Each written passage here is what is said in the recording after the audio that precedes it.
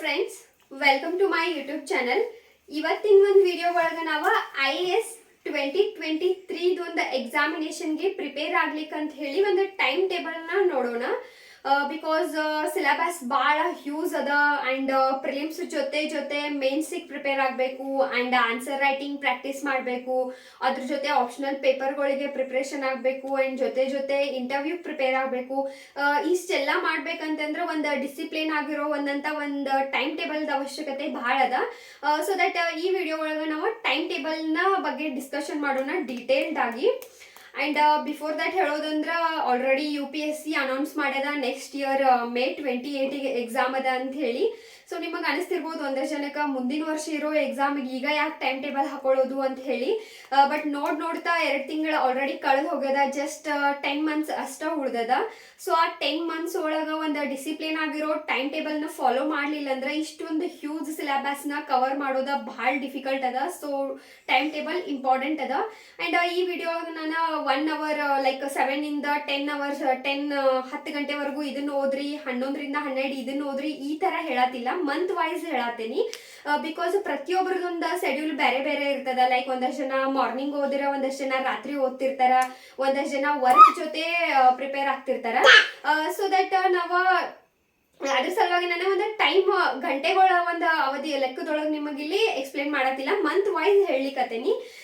So ಈ ಒಂದು ಏನಾರ ಟೈಮ್ ಟೇಬಲ್ನ ನೀವು ಫೋಕಸ್ ಕೊಟ್ಟ 100% ಫೋಕಸ್ ಕೊಟ್ಟ ಹಾರ್ಡ್ ವರ್ಕ್ ಮಾಡಿದ್ರಿ ಆ್ಯಂಡ್ ಫಾಲೋ ಮಾಡಿದ್ರಿ ಅಂದ್ರೆ ಡೆಫಿನೆಟ್ಲಿ 2023ದ ನಿಮ್ದೊಂದು ಎಕ್ಸಾಮ ಕ್ರ್ಯಾಕ್ ಆಗೇ ಆಗ್ತದ. ಬಿಫೋರ್ ದ್ಯಾಟ್ ಒಂದು ರಿಕ್ವೆಸ್ಟ್ ಅಂದ್ರೆ ಯಾರು ಇನ್ನೂ ನನ್ನ ಚಾನಲ್ಗೆ ಸಬ್ಸ್ಕ್ರೈಬ್ ಆಗಿಲ್ಲ ಪ್ಲೀಸ್ ಸಬ್ಸ್ಕ್ರೈಬ್ ಮಾಡ್ಕೊಡ್ರಿ ಆ್ಯಂಡ್ ವಿಡಿಯೋನ ಆದಷ್ಟು ಶೇರ್ ಮಾಡ್ರಿ. ಈಗ ಫಸ್ಟ್ ಜೂನ್ ಮಂತ್ ಒಳಗಿದ್ದೇವೆ ನಾವು. ಇವತ್ತು 25th ನಾ ವಿಡಿಯೋ ಮಾಡ್ಲಿಕ್ಕತ್ತೇನಿ. ಇನ್ನು ಹಾರ್ಡ್ಲಿ 5 ಡೇಸ್ ಉಳಿತದ. 5 ಡೇಸ್ ಒಳಗೆ learn about the exam pattern. So exam pattern ಆಗಿರ್ಬೋದು, ಅದೇನದ, ಎಷ್ಟು ಸ್ಟೇಜ್ ಒಳಗೆ ಎಕ್ಸಾಮ್ ನಡೀತದ, ಲೈಕ್ ಪ್ರಿಲಿಮ್ಸ್, ಮೇನ್ಸ್, ಇಂಟರ್ವ್ಯೂ, ಎಕ್ಸಾಮದ ರಿಕ್ವೈರ್ಮೆಂಟ್ಸ್ ಏನ, ಬುಕ್ ಲಿಸ್ಟ್ ಏನ, ಟೆಸ್ಟ್ ಸೀರೀಸ್ ಅವಶ್ಯಕತೆ ಐತೋ ಇಲ್ಲೋ, ನ್ಯೂಸ್ ಪೇಪರ್ ಯಾವ್ದು ಓದ್ಲಿ, ಮಂತ್ಲಿ ಮ್ಯಾಗ್ಝಿನ್ ಯಾವ್ದು ಓದ್ಲಿ, ಇಂಥ ಏನೇನು ನಿಮ್ಮ ಬೇಸಿಕ್ ಡೌಟ್ಸ್ ಅದಾವು ಅದೆಲ್ಲ ನಿಮ್ದು ಈ 5 ಡೇಸ್ ಒಳಗೆ ಕ್ಲಿಯರ್ ಆಗಬೇಕು. ಓಕೆ, 5 ಡೇಸ್ಗಿನ್ನ ನಿಮಗೆ ಹೆಚ್ಚು ಟೈಮ್ ಬೇಕಾದ್ರೂ ತೊಗೊಳ್ರಿ, 10 ಡೇಸ್ ತೊಗೊಳ್ರಿ. ಒಟ್ಟು ನಿಮಗೆ ಎಕ್ಸಾಮದ ಬಗ್ಗೆ 100% ನಿಮ್ದು ಒಂದು ಪ್ರಿಪ್ರೇಷನ್ ಅದೊಂದು ಸ್ಟ್ರಾಟಜಿ ಬುಕ್ ಲಿಸ್ಟ್ ಜೂನ್ದಿಂದ ಒಂದು ಜುಲೈ 5 ಒಳಗೆ ನಿಮ್ದು ಸೆಟ್ ಇರಬೇಕು, ರೆಡಿ ಆಗಬೇಕು. ಆ್ಯಂಡ್ ದೆನ್ ಜುಲೈಯಿಂದ ಸೆಪ್ಟೆಂಬರ್ ನಿಮ್ದು ಸೆಕೆಂಡ್ ಫೇಸ್ದೊಂದು ಪ್ರಿಪ್ರೇಷನ್. ಇಲ್ಲಿ ನಿಮ್ಗೆ 3 ಮಂತ್ಸ್ ಟೈಮ್ ಸಿಗ್ತದ, ಲೈಕ್ 90 ಡೇಸ್. ಆ 90 ಡೇಸ್ ಒಳಗೆ ನೀವು ಏನು ಮಾಡ್ತೀರಿ ಅಂದರೆ NCERTs ಇಂಪಾರ್ಟೆನ್ಸ್ ಬಗ್ಗೆನೂ ನಾವು ಆಲ್ರೆಡಿ ವಿಡಿಯೋ ಮಾಡೀನಿ, ನೀವು ಚೆಕ್ ಮಾಡ್ಕೋಬೋದು. ಆ್ಯಂಡ್ ಎಕ್ಸಾಮದೊಂದು ಪ್ಯಾಟರ್ನ್ ಆಗಿರ್ಬೋದು, ಆ್ಯಂಡ್ ಪ್ರಿಲಿಮ್ಸಿಗೆ ಯಾವ ಬುಕ್ಸ್, ಮೇನ್ಸಿಗೆ ಯಾವ ಬುಕ್ ಲಿಸ್ಟ್, ಅದ್ರ ಬಗ್ಗೆನೂ ನಾ ಡೀಟೇಲ್ ವಿಡಿಯೋ ಮಾಡೀನಿ, ನೀವು ಚೆಕ್ ಮಾಡ್ಕೋಬೋದು. ಸೊ ಇಲ್ಲಿ NCERTs ಬಂದ್ರೆ 6 to 12th NCERTs ಫಸ್ಟ್ ಒಂದ್ಸತಿ ರೀಡ್ ಆಗಬೇಕು, ಸೆಕೆಂಡ್ ರೀಡ್ ಮಾಡುವಾಗ ನೋಟ್ಸ್ ಮಾಡ್ಕೋಬೇಕು, ಆ್ಯಂಡ್ ದೆನ್ ಆ ನೋಟ್ಸದ ರಿವಿಷನ್ ಆಗಬೇಕು. ಈ just 90 days. And then with that newspaper every day read ಆಗ್ತಿರ್ಬೇಕು. ಆ್ಯಂಡ್ ದಟ್ ನ್ಯೂಸ್ ಪೇಪರ್ ಜೊತೆ ಮಂತ್ಲಿ ಕಂಪೈಲೇಷನ್ ಅನ್ನು ಭಾಳ ಇಂಪಾರ್ಟೆಂಟ್ ಅದ.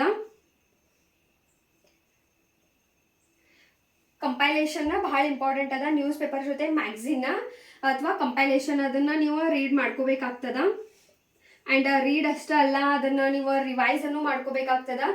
ನನ್ಗೆ ಅನ್ಸಿದ ಮಟ್ಟಿಗೆ ನ್ಯೂಸ್ ಪೇಪರಿಂದ ಅಥವಾ ಮ್ಯಾಗ್ಝಿನಿಂದ ನೋಟ್ಸ್ ಮಾಡೋದ time waste. Because news paper ಒಳಗೆ ಏನೇನು ಬಂದಿರ್ತದ ಅದನ್ನು ನನ್ನ ಮ್ಯಾಗ್ಝಿನ್ ಒಳಗೆ ಕವರ್ ಮಾಡಿಕೊಟ್ಟಿರ್ತಾರೆ. ಆ್ಯಂಡ್ ಸೊ ಅದ್ರ ಸಲುವಾಗಿ ಸಪ್ರೇಟ್ ನೋಟ್ಸ್ ಮಾಡೋ ಬದಲೇ ಮ್ಯಾಗ್ಝಿನ್ ಒಳಗನ ಅಂಡರ್ಲೈನ್ ಮಾಡ್ಕೊಂತ ಹೋಗ್ರಿ. So that end of the moment ಅಲ್ಲೇ ರಿವಿಷನ್ ಮಾಡ್ಕೋಬೋದು. ಪದೇ ಅವಶ್ಯಕತೆ ಇಲ್ಲದೆ ಇರೋ ನೋಟ್ಸ್ ಮಾಡ್ಕೊತ ಕೂತ್ರೆ ಟೈಮ್ ಭಾಳ ವೇಸ್ಟ್ ಆಗ್ತದ. ಆ್ಯಂಡ್ ದೆನ್ ರಿವಿಷನ್ NCERT ಏನು ಓದ್ತೀರಿ ಅದರದ್ದು ನೋಟ್ಸ್ ಏನು ಮಾಡ್ಕೋತೀರಿ ಅದು ರಿವೈಸ್ ಆಗಬೇಕು. ನೀವು ಮಂತ್ಲಿ ಕಂಪೈಲೇಷನ್ ಅದೇನು ಇಂಪಾರ್ಟೆಂಟ್ ಹೈಲೈಟ್ಸ್ ಪಾಯಿಂಟ್ ಅಂಡರ್ಲೈನ್ ಮಾಡ್ಕೊಂಡಿರ್ತೀರಿ ಅದೆಲ್ಲ ರಿವೈಸ್ ಆಗಬೇಕು. ಸೊ ದಟ್ ಈ 90 ಡೇಸ್ ಒಳಗೆ ನಿಮ್ಮದು ಪೂರಾ ಬೇಸಿಕ್ ಕಾನ್ಸೆಪ್ಟ್ ಏನೈತಲ್ಲ ಅದು ಕ್ಲಿಯರ್ ಆಗಬೇಕು. ಸೊ ದಟ್ ಯಾವಾಗ ನೀವು ಸ್ಟ್ಯಾಂಡರ್ಡ್ ಬುಕ್ಸ್ ಓದಕ್ಕೆ ಸ್ಟಾರ್ಟ್ ಮಾಡ್ತಿರಲ್ಲ, ಲೈಕ್ M ಲಕ್ಷ್ಮೀಕಾಂತ್ ಆಗಿರ್ಬೋದು, ಆ್ಯಂಡ್ ಎನ್ವೈರನ್ಮೆಂಟ್ ಸಲುವಾಗಿ ಶಂಕರ್ IAS ಆಗಿರ್ಬೋದು, ಎಕನಾಮಿ ಸಲುವಾಗಿ ಸಂಜೀವ್ ವರ್ಮಾ ಬುಕ್ ಆಗಿರ್ಬೋದು, ಇವ್ನ ಯಾವಾಗ ನೀವು ಓದಕ್ಕೆ ಸ್ಟಾರ್ಟ್ ಮಾಡ್ತಿರಲ್ಲ ಅವಾಗ ನಿಮಗೆ ಹೆಲ್ಪ್ ಆಗ್ತದ. ಇಲ್ಲೆಲ್ಲ ಒಂದಷ್ಟು ಕೀವರ್ಡ್ಸ್ ನೀವು 6 to 12th ಲರ್ನ್ ಮಾಡ್ತೀರಿ. ಅದರಿಂದ ನಿಮಗೆ ಸ್ಟ್ಯಾಂಡರ್ಡ್ ಬುಕ್ಸ್ನ ಓದುವಾಗ ಯಾವುದೇ ರೀತಿ ಡಿಫಿಕಲ್ಟೀಸ್ ಆಗಿರ್ಬೋದು, ಕಠಿಣ ಅಥವಾ ತಿಳಿಯವಲ್ತು ಈ ಥರ ಅನ್ಸಂಗಿಲ್ಲ. ವಿತ್ ದಟ್ ನ್ಯೂಸ್ ಪೇಪರ್ ಜೊತೆನೂ ಟಚ್ ಇರೋದ್ರಿಂದ ಎರಡೂ ನೀವು ಮರ್ಜ್ ಮಾಡಿ ಸ್ಟ್ಯಾಟಿಕ್ ಜೊತೆ ಕರೆಂಟನ್ನು ಮರ್ಜ್ ಮಾಡಿ ಪ್ರಿಪೇರ್ ಆಗೋ ಒಂದು ಎಬಿಲಿಟಿ ನಿಮಗೆ ಬರ್ತದ. ಈ 90 ಡೇಸ್ ಒಳಗೆ ನೀವು ಎನಿ ಕಂಡೀಷನ್ ಇಷ್ಟು ಒಂದು ಪ್ರಿಪ್ರೇಷನ್ನ ಮಾಡ್ಕೋಬೇಕಾಗ್ತದ. ಆ್ಯಂಡ್ ದೆನ್ ನೆಕ್ಸ್ಟ್ ಫೇಸ್ದ ಪ್ರಿಪ್ರೇಷನ್ ಇನ್ನೂ ಭಾಳ ಇಂಪಾರ್ಟೆಂಟ್ ಆಗ್ತದ. ಬಿಕಾಸ್ ಅಲ್ಲೆಲ್ಲ ಮೇನ್ಸ್ದ ಸಬ್ಜೆಕ್ಟ್ಗಳನ್ನ ನೀವು ಪ್ರಿಪೇರ್ ಮಾಡ್ಕೋಬೇಕಾಗ್ತದ. ಅದು ಅಕ್ಟೋಬರಿಂದ ಫೆಬ್ರವರಿ.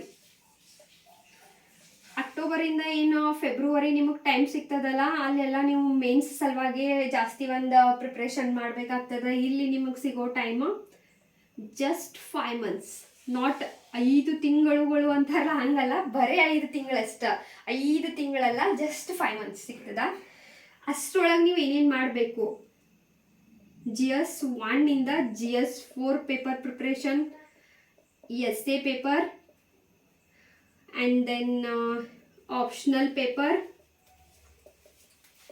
ಆಪ್ಷನಲ್ ಅದ್ರ ಜೊತೆ ನಿಮ್ದು current affairs, and then revision, answer writing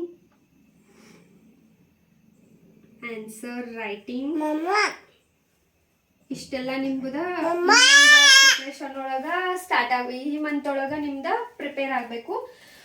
like ಅಕ್ಟೋಬರಿಂದ February 5 months ಒಂದು ಟೈಮ್ ಸಿಗ್ತದ. ಅಷ್ಟರೊಳಗೆ ನೀವು GS 1, GS 2, GS 3, GS 4 ಪೇಪರ್ಗಳಿಗೆ prepare ಆಗೋದ್ರ ಜೊತೆ essay ಇದನ್ನು ಪ್ರಾಕ್ಟೀಸ್ ನೀವು ಸ್ಟಾರ್ಟ್ ಮಾಡಬೇಕು.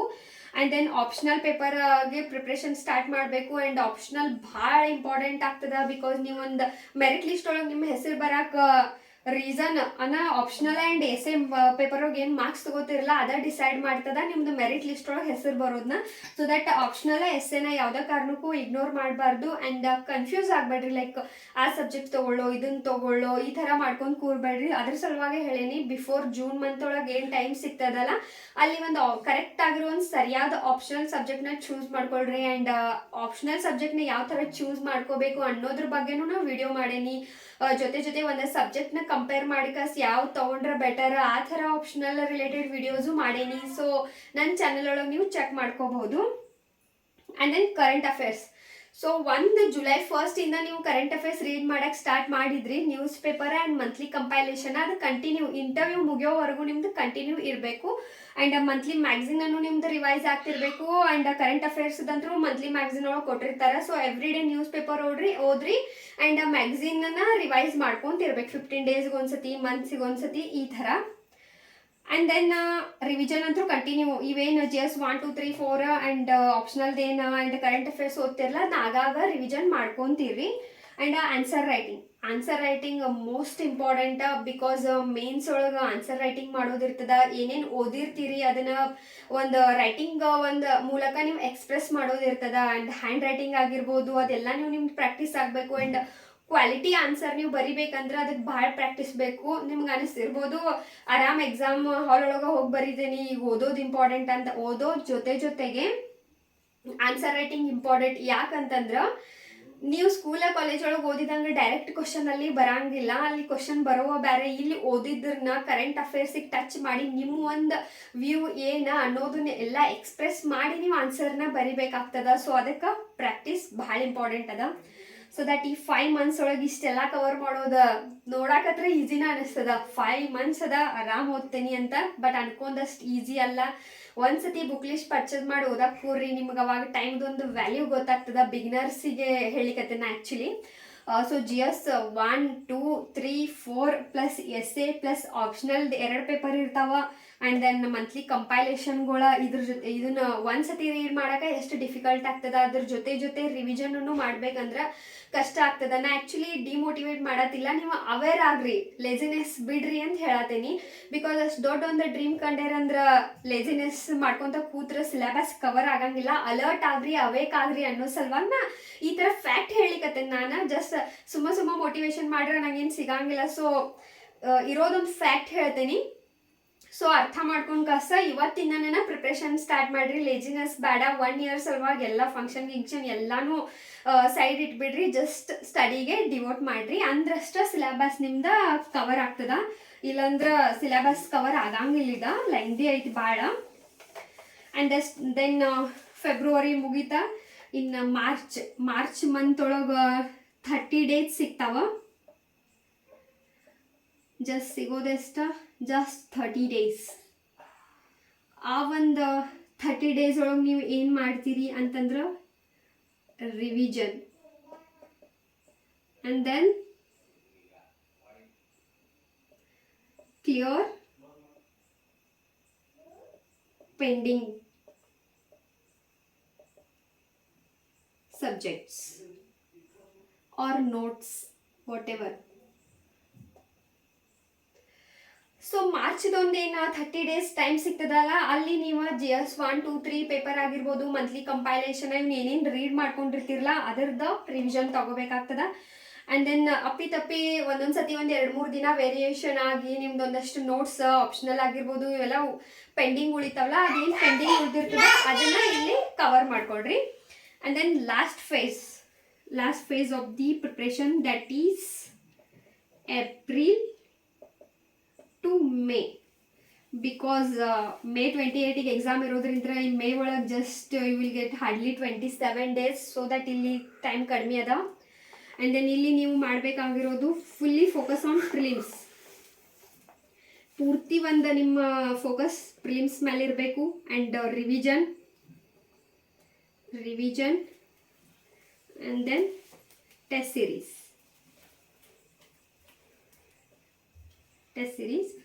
ಸೊ ಇದು ಲಾಸ್ಟ್ ಇಷ್ಟೆಲ್ಲ ವರ್ಷಗಂಟ್ಲೆ ಕೂತೇನು, ಸಾರಿ ವರ್ಷ ಅಲ್ಲ, ಜಸ್ಟ್ 10 months ಟೈಮ್ ಟೇಬಲ್ ಇದೆ, ಬಿಕಾಸ್ ಆಲ್ರೆಡಿ 2 months ವೇಸ್ಟ್ ಆಗಿ ಹೋಗ್ಯಾವ. ಸೊ ಏಪ್ರಿಲಿಂದ ಮೇ 2 months ಏನು ಟೈಮ್ ಸಿಗ್ತದಲ್ಲ, 2 months ಸಿಗಂಗಿಲ್ಲ, ಬಿಕಾಸ್ ಮೇ 28 ಗೆ ಎಕ್ಸಾಮ್ ಅದ. ಈ ಮೇ ಒಳಗೆ ಜಸ್ಟ್ ಸಿಗೋದು 27 ಡೇಸ್. ಪ್ರತಿಯೊಂದು ದಿನ ಪ್ರತಿಯೊಂದು ತಾಸನು ಭಾಳ ಇಂಪಾರ್ಟೆಂಟ್ IAS ಒಂದು ಪ್ರಿಪ್ರೇಷನ್ ಒಳಗೆ. ಸೊ ಪ್ರಿಲಿಮ್ಸ್ ರಿಲೇಟೆಡ್ ಏನೇನು ಟಾಪಿಕ್ಸ್ ಇರ್ತಾವಲ್ಲ ಅದನ್ನೆಲ್ಲ ರಿವೈಸ್ ಮಾಡ್ಕೊಳ್ರಿ ಕಂಟಿನ್ಯೂಸ್ ಆಗಿ multiple times. And then current affairs magazine ಒಳಗೆ ಏನು ಅಂಡರ್ಲೈನ್ ಮಾಡ್ಕೊಂಡಿರ್ತಿರಲ್ಲ ಅದನ್ನೆಲ್ಲ ಮಲ್ಟಿಪಲ್ ಟೈಮ್ ರಿವಿಷನ್ ಮಾಡ್ಕೊಳ್ರಿ. And then test series maximum try ಮಾಡಿರಿ ಟೆಸ್ಟ್ ಸಿರೀಸ್ನ ಜಾಯಿನ್ ಆಗಲಿಕ್ಕೆ. ಯಾರಿಗೆ ಈಗ ಲೈಕ್ ಬೆಂಗಳೂರು, ಹೈದರಾಬಾದ್ ಇಲ್ಲೆಲ್ಲ ಹೋಗೋಕ್ಕಾಗಂಗಿಲ್ಲಲ್ಲ, ಅವರಿಗೆ ಆನ್ಲೈನನ್ನು ಟೆಸ್ಟ್ ಸಿರೀಸ್ ಸಿಗ್ತಾವ. ಸೊ ದಟ್ ನೀವು ಅವ್ರ ಟೆಸ್ಟ್ ಸಿರೀಸ್ ನಿಮ್ಗೆ ಆನ್ಲೈನನ್ನು ಅವೈಲೇಬಲ್ ಮಾಡ್ತಾರೆ. ನೀವು ಇಲ್ಲಿಂದ ಮನೆಯೊಳಗೆ ಕೂತು ಆನ್ಸರ್ನ ಲೈಕ್ ಎಕ್ಸಾಮ್ ಒಳಗೆ ಯಾವ ಥರ ಸ್ಟ್ರಿಕ್ಟ್ ಆಗಿ 2-3 hours ಕೂರ್ತಿರಲ್ಲ ಆ ಥರ ಕೂತ ಬರೆದವ್ರಿಗೆ ಸೆಂಡ್ ಮಾಡೋದು, ಅವ್ರದ್ದು ಚೆಕ್ ಮಾಡಿ ನಿಮ್ಗೆ ಎಲ್ಲದ್ರದ್ದು ಇನ್ಫಾರ್ಮೇಷನ್ ಆಗಿರ್ಬೋದು, ನಿಮ್ಮ ವೀಕರ್ ಸೆಕ್ಷನ್ ಇದನ್ನೆಲ್ಲ ಹೇಳ್ತಾರೆ. ಸೊ ದಟ್ ಎಲ್ಲ ಥರ ಫೆಸಿಲಿಟೀಸನು ಇವಾಗ ಸಿಗಾಕತ್ತವ. ಸೊ ಅದನ್ನೆಲ್ಲ ಯೂಸ್ ಮಾಡ್ಕೊಳ್ರಿ. ಟೆಸ್ಟ್ ಸಿರೀಸ್ದ ಇಂಪಾರ್ಟೆನ್ಸ್ ಅಂದ್ರೆ ನಿಮ್ಮ ಒಂದು ಪ್ರಿಪ್ರೇಷನ್ ಲೆವೆಲ್ ಎಲ್ಲೈತಿ ಅನ್ನೋದು ತಿಳಿತದ. ಆ್ಯಂಡ್ ನಿಮ್ದೊಂದು ಕಾನ್ಫಿಡೆನ್ಸ್ ಲೆವೆಲನ್ನು ಹೆಚ್ಚಾಗ್ತದ. So that April to May ಏನು ಸಿಗ್ತದಲ್ಲ ಅಲ್ಲಿ ಪ್ರಿಲಿಮ್ಸ್ ರಿಲೇಟೆಡ್ ಟಾಪಿಕ್ಸ್ನ ಓದ್ಕೊಳ್ರಿ.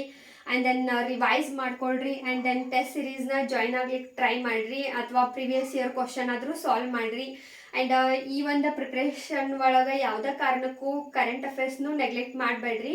ಆ್ಯಂಡ್ ಇದು ಜಸ್ಟ್ ಕರೆಂಟ್ ಅಫೇರ್ಸ್ ಓದೋದ್ರಿಂದ ಅಷ್ಟೂ ಕ್ರ್ಯಾಕ್ ಆಗಂಗಿಲ್ಲ, ಜಸ್ಟ್ ಸ್ಟ್ಯಾಟಿಕ್ ಓದೋದ್ರಿಂದ್ರೂ ಕ್ರ್ಯಾಕ್ ಆಗಂಗಿಲ್ಲ. ಎರಡರದ್ದು ಒಂದು ಬ್ಯಾಲೆನ್ಸ್ ಆಗಿ ನೀವು ಸ್ಟಡಿ ಮಾಡಬೇಕಾಗ್ತದ.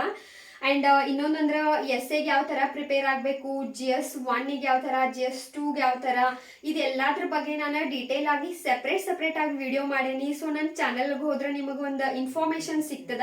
ಆ್ಯಂಡ್ ಯಾವುದೋ ಫೇಸ್ ಒಳಗೆ ನಿಮ್ಗೆ ಏನೋ ಕನ್ಫ್ಯೂಷನ್ ಆತಂದ್ರೂ ನೀವು ನನಗೆ ಕಮೆಂಟ್ ಮಾಡಿ ಹೇಳ್ಬೋದು. ಸೊ ದ್ಯಾಟ್ ನಾನು ಅದನ್ನು ಕ್ಲಿಯರ್ ಮಾಡಲಿಕ್ಕೆ ಮ್ಯಾಕ್ಸಿಮಮ್ ಟ್ರೈ ಮಾಡ್ತೇನೆ. ಇದು 10 months ಟೈಮ್ ಟೇಬಲ್ ಅದ. ನಿಮಗೆ ಅನಿಸ್ತದ, ಐ ಹೋಪ್ ಭಾಳ ಜನಕ್ಕೆ ಅನಿಸ್ತದ 10 months ಅಂತ, ಬಟ್ ಅದನ್ನು 10 months ಅನ್ಕೋಬೇಡ್ರಿ, ಜಸ್ಟ್ 10 months ಅದ. ಹ್ಯೂಜ್ ಸಿಲೆಬಸ್ ಅದ, ರಿವಿಷನ್ ಭಾಳ ಆಗಬೇಕು. ಸೊ ದಟ್ ಫೋಕಸ್ ಕೊಟ್ಟ 100% ಈ ಒಂದು ಟೈಮ್ ಟೇಬಲ್ನ, ಈ ಒಂದು ಶೆಡ್ಯೂಲ್ನ ನೀವು ಫಾಲೋ ಮಾಡಿದ್ರೆ ಎಕ್ಸಾಮ್ ಡೆಫಿನೆಟ್ಲಿ ಕ್ರ್ಯಾಕ್ ಆಗ್ತದ. ಹೋಪ್ ಈ ಒಂದು ವಿಡಿಯೋ ನಿಮ್ಗೆ ಯೂಸ್ಫುಲ್ ಆಗೈತೆ ಅನ್ಕೋತೇನೆ. ಸೊ ಪ್ಲೀಸ್ ಚಾನಲ್ನ ಸಬ್ಸ್ಕ್ರೈಬ್ ಮಾಡೋದು ಮರಿಬೇಡ್ರಿ, ಆದಷ್ಟು ವಿಡಿಯೋನ ಶೇರ್ ಮಾಡಿರಿ. ನೆಕ್ಸ್ಟ್ ವಿಡಿಯೋ ಒಳಗೆ ಸಿಗೋಣ. Thank you.